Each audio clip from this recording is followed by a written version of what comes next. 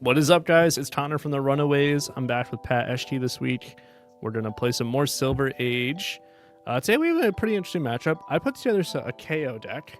Kayo kind of has all the same tools you love to see, like Wild Rides and Pulpings and Bear Fangs. He's got really good armor. I think he's a really powerful deck, especially if you're a Brute gamer.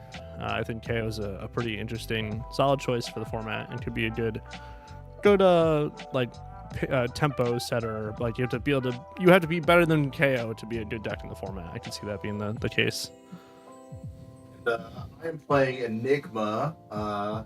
She definitely has some powerful effects. They did ban Reality Refractor relatively late into the process, so this is going to be an Iris of Reality list, which is you kind of get to go a little bit further wide, but you attack for a little bit less. But whenever you start to winning, you win by a lot. So definitely excited to check this out. I'm relatively new to this deck. This was my actual first game playing with it. I think I made some incorrect sideboard choices in our first game that we'll see a little bit later. But let's get into it. Yeah, I do like Iris of Reality. That's one of my favorite cards from that limited format. I like playing it a lot in Monarch drafts. Yeah, I remember some Monarch drafts. Yeah. I do like that KO. You get some good disruption choices too. Like you get Smash Up, Hand Behind the Pen. You get some nice options. And Strongest Survive as well, which is really strong. Really strong card. Nice little turn 0 for me here. I get to play Assault and Battery. Get Agility. Yep. One thing that's a little bit awkward though is you could play some auras here. Like if you have an aura, you can go like block 6 and play aura. But I don't know if we can play around that too much. So yeah, but obviously maybe let the damage go through so that I could have the wave died. I think we talked about this a little bit later on the turn. Maybe I'm supposed to leak a point there intentionally so that I can do a little bit more value. It ended up being okay because you had the spectral manifestations, but and here we see KO's sweet armor set up. You got Knucklehead, Barkbone Strapping, Beaten Trackers, and I have liked the Punching Gloves too. I think that card's pretty good. Knucklehead is like Civic Peak, but way better. It's Arcanine Skullcap, dude. It's great. Yeah. And then your Punching Gloves here is like build your own Goliath Gauntlet. I like it a lot. I'm also playing Flex Speed, like that 2 for 5 that gets Jojen if you have +1 on it. And so you can that's a nice little bail you out if you're Punching Gloves, like with Punching Gloves, to make sure you have Jojen on that one. But we used to do one of the best plays in KO, Savage Feast with Go again. But we get blocked out by On the Horizon. Just a 0 for 4 block card. I think going to be a really big, like a really commonly played card in any of the defensive decks, just because it's one of the few 4 blocks that doesn't have any downsides. Yeah, definitely happy with it too. It also kind of synergizes a little bit with the Water Glow Lanterns. Look at the top card of your deck. If it's a blue, you can make a Spectral Shield, so you have a little bit of extra synergy with that as well. Yep, and you had 2 here, which is really strong on my go wide turn. Well, you're definitely still going 3 wide. I'm definitely not keeping my Spectral Shield this turn. Yeah, and I just opted to throw another 6. Yeah. Because this turn, you don't want to arsenal. Yeah, I don't want to arsenal this. I don't really. I could agile wind up and then throw the claw, but I'd rather get the 3 value. I think here. Yeah, just get my auras off the board. Be content. Here we have a Flex Speed. Nice little bit of Go again. I just make an arsenal here and pass, but being able to just have so much Go again here, very strong. Into the Bear Fangs. Yeah, I think I end up Bear Fangsing, but we could Barkbone. I do a Barkbone. Okay. Oh, we hit because I'm a king. Getting greedy here, trying to get a claw swing. I forget what I was trying to do. Oh no, we're gonna use the Punching Gloves. Okay, yeah. I see. Yeah. And then we're gonna throw this Clash of Strength because I really want to arsenal this Bear Fangs. Because then next turn I can go Bear Fangs, break my beaten trackers, and then have that basically be my wild ride for the turn. Okay, yeah, I see. I mean, so you're missing out on the might this turn, but like you're guaranteeing you have go again for next turn almost certainly. So I get that. Yeah, I almost certainly should have. I just Mandible Claws didn't have go again. Okay, that was why I had Right. Well, but it's so like you could have played the Bear Fangs, and then see what you discarded. Yeah. The I don't know. It may be a little bit greedy to roll for the bark bone scrapping, because like you could have just pitched the Clash, play the Bear Fangs, and make a might token, but it worked out. So yeah, and you just end up saying go to try to establish a board here, which is a little tough for you, but yeah. I mean, I remember this hand was not that great, but I kind of was a little bit resource starved. If I remember correctly. Spectral Manifestations, which with Reality Factor was like the 1-2 combo. Yeah, that was the one, and then you had one floating and you attacked for 8, and you're just like, okay, great. There was one event the guys played Reality Factor Enigma at the PT. It was good. It was sweet. I think that was at PT Amsterdam. Was that format? I don't remember now. Sounds about right, yeah. But you do get to, with the Blossom of Spring, get to come in with, an extra card here, keeping 3 cards back, and I get to pump on to the Astral Etchings to load it up a bit higher, and then end on the Essence of Ancestry Body, which is usually pretty good against KO because they've got a lot of red attacks. Yeah, definitely very annoying for me here. I remember it being awkward. So I could Wild Ride. I wanted to Bear Fangs first to be able to push as much damage, so that way you're going to have to block out this or let your Spectral Shield die. I guess you could give me like 2 cards plus Essence, which is maybe a little bit awkward. I have to let the Essence die after the token, because it doesn't trigger unless you have no other auras when it dies. So right, okay. So you do have to let the big aura die, but when I know you're keeping a 5-card hand, I know my aura isn't long for this world. Yeah. And maybe that means that I wasn't supposed to play the Astral Etchings and try to play something else with the block on that previous round, but I don't know that you're necessarily going to try to make a 5-card hand, but you still had your beating tracker, so maybe I'm supposed to block a little bit. Yeah, and then here I draw, a bunch of no blocks, and but it's this Essence of Body. It's definitely an annoying card for me. Like I want to throw this Wild Ride now, and I really don't get the chance to, which is kind of a bummer for me.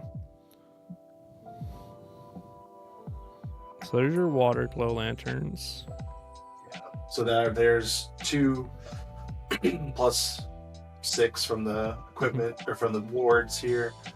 And I make sure that I do it in the right order so that you get the one aura, the Spectral Aura, and the neck and the red prevention. But we have the natural enemy of fun here.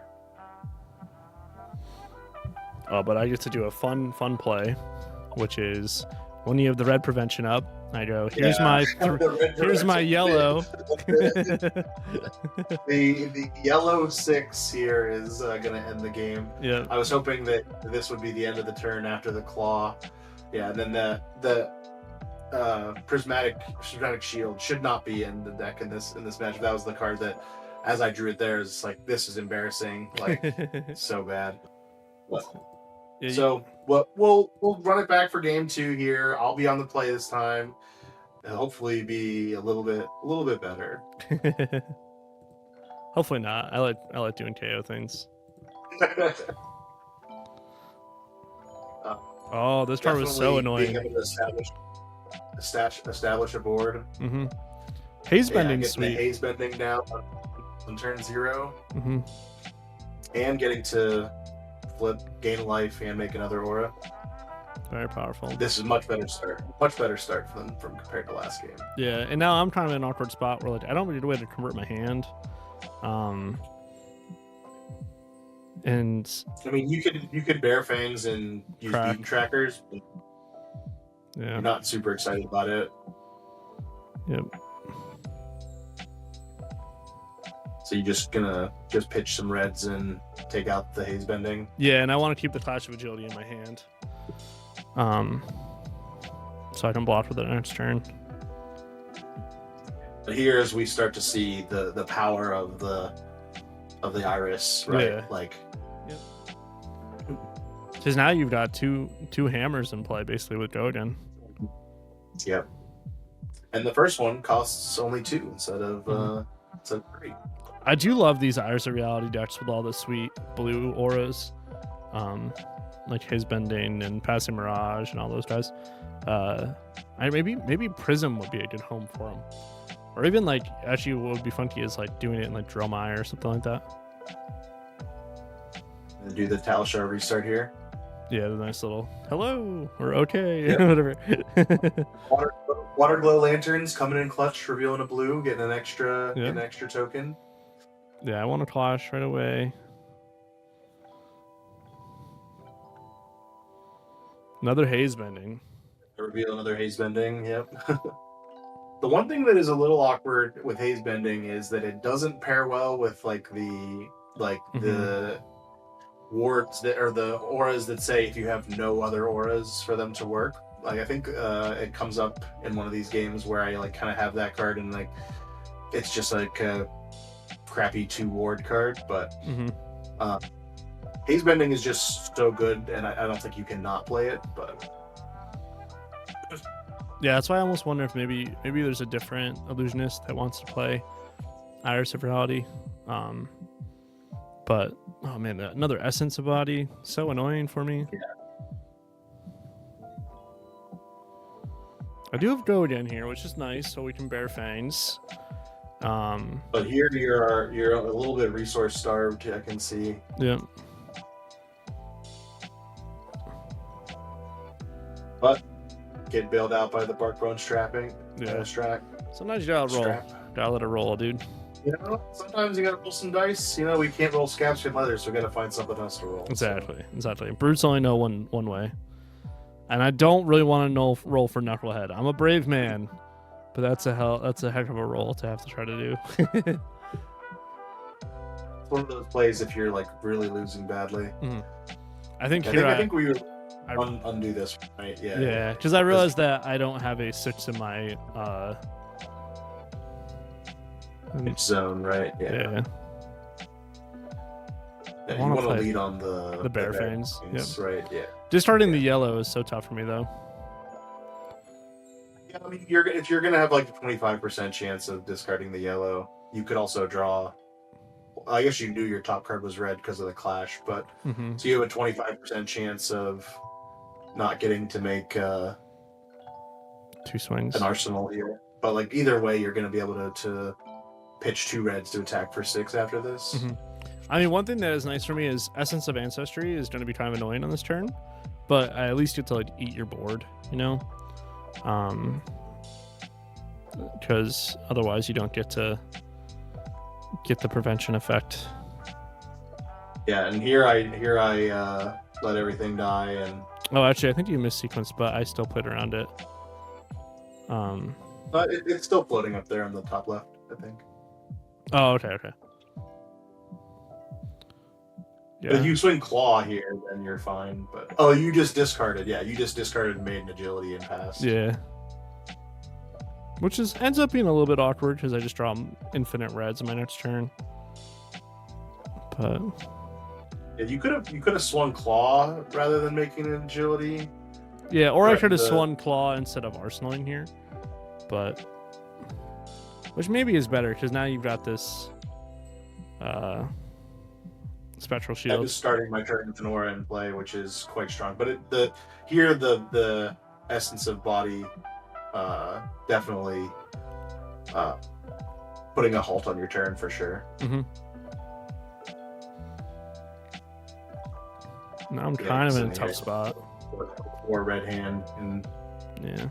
Now here's where you really want your bark bone strapping. Yep. Instead of just converting for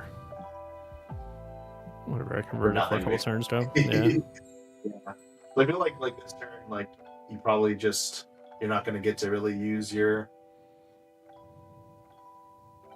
agility token. Mm-hmm.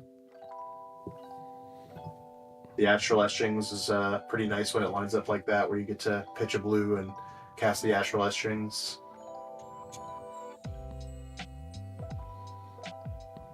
And then play Haze Bending, make an arsenal. Pretty strong.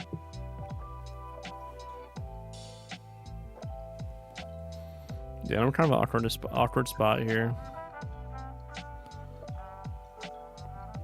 Didn't I just get? Oh, okay. We're safe though. We're going to do a red and hope to and you did. You drew a blue, which lets you swing your arsenal as well. Yeah, definitely needed it this game. Unmovable. I have the movable coming in clutch there. Yep, so good. Yeah, and here I want to get the vigor. I want to keep threatening. I like this card. This card's cool. High pitched howl. Oh yeah, I mean it's great. It's effectively a 1 for 6 if you discount and count back the vigor token.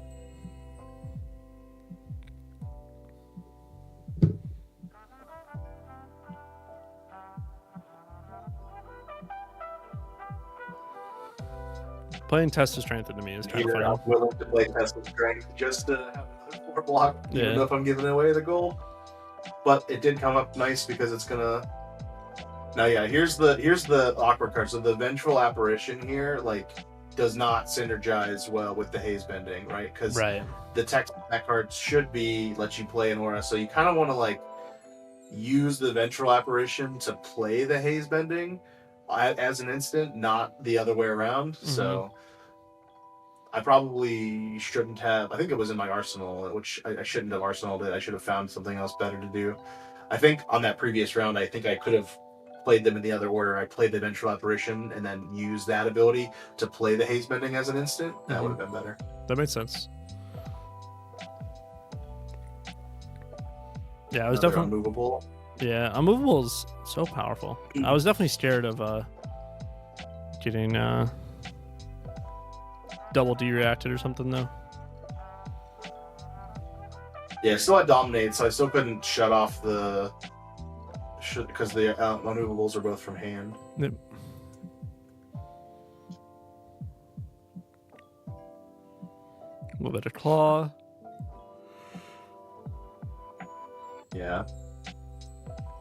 And I think I thought about using the equipment here, and I chose not to. I don't remember why I decided not to do that, but good spot though. Well, you get to Waning Vengeance here, and then but like I have to pitch an extra card to do this, so it's like I had a red, so like it doesn't really save you that much.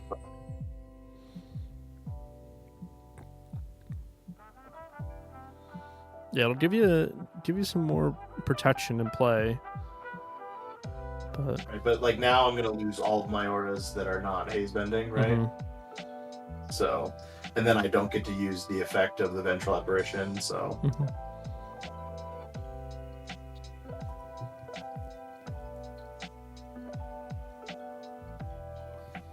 Haze Bending's so tough because like it's just so minus for me to kill it, but then it will just end up generating 3 value anyway. Like whatever I would have lost by swinging claw at it, it'll generate that. I mean, it's just sitting there in play. It's just build your own hammer, right? And the beaten trackers will bail you out of this hand, so that's nice. Yep. Yeah, beaten tracker Savage Feast still goated. One of the best plays you can do. Honestly, Noah Bagelman has been playing KO on our team. That kind of feels like one of the main things he kind of tracked was beaten trackers in all the aggro matchups. Basically everybody. Yeah.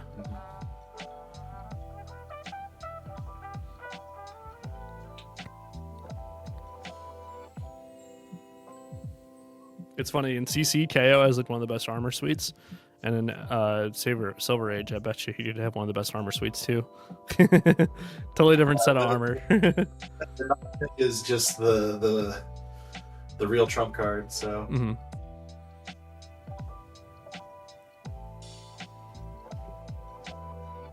But you again can't kill the haze bending, so it's not profitable. So I just get to kind of come in for 4 for kind of nothing. Mm-hmm.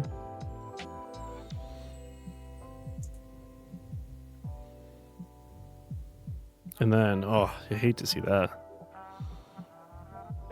But here's another example, right? Like, this effect is not going to trigger. I mean, it's effectively making it's like three wards worth of card, right? Because it'll block for 2 and then make 1 on the back end when it dies. But you were expecting me to swing another card here, it looks like, right? Because this hand doesn't really convert. Yeah, this hand's a little tough. I think I end up throwing it at you and then just beating chest and then trying to set up a big turn the following turn with Bear Fangs. I was kind of hoping that you would. I was hoping you'd let the essence die here, just so I could get it off the table. But yeah, but like I can just block 2 cards and swing 8, right? Like yep. When you're at 5, it's pretty nice. I even had one of my block cards there that kind of didn't really help, but yeah, and then another all reds, just like the worst possible. Yeah, and your punching gloves never really found an opportunity to get used here. Yeah, because I just had those kind of resource tight hands a couple times. And then you have to pitch 2 reds to play the Bear Fangs, not where you want to be. No, it's always sad when Wild Ride shows up together. Yep. And then I can just lean on you here for the rest of the game. Yeah, now you just have like the best hammers imaginable, which is pretty cool. I do like the old Guardian illusionist archetype. Yeah. Enigma always was kind of cosplaying as a Guardian, so yeah, she was. Yeah, I did like that. So, except for your towering Titan was Mirror Guy, manifestations of Mirror Guy. Yeah.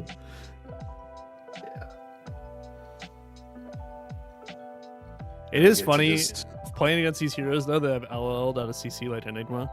I'm like, I am glad she's gone. She was. Oh yeah, so she was good. so awful. She was so awful. So good. Hated her. So, what are your thoughts on Enigma after seeing this game? Like, definitely has some potential for sure. Yeah, I think so. She's definitely intriguing. I mean, I think that into other Guardian, I think in the Guardian she'd be really, really good too. I think that she'll probably struggle into the aggro decks, but I think that if you should be able to find a build that can kind of put you in a good spot against aggro, into like Ninja and stuff like that.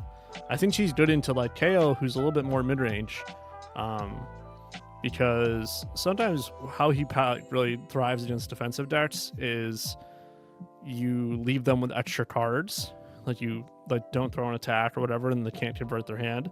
But Enigma is very, very good, especially with Iris Reality. Yeah. Like, you will be ecstatic to have a whole 5-card hand. Yeah, right? she'll convert that. Converts it so easily. Shoot for that, yeah. Yeah. We're fighting through some Talishar lag at the end of this one, I think. But the lag was getting us here at the end, but you could have used your punching gloves on this turn.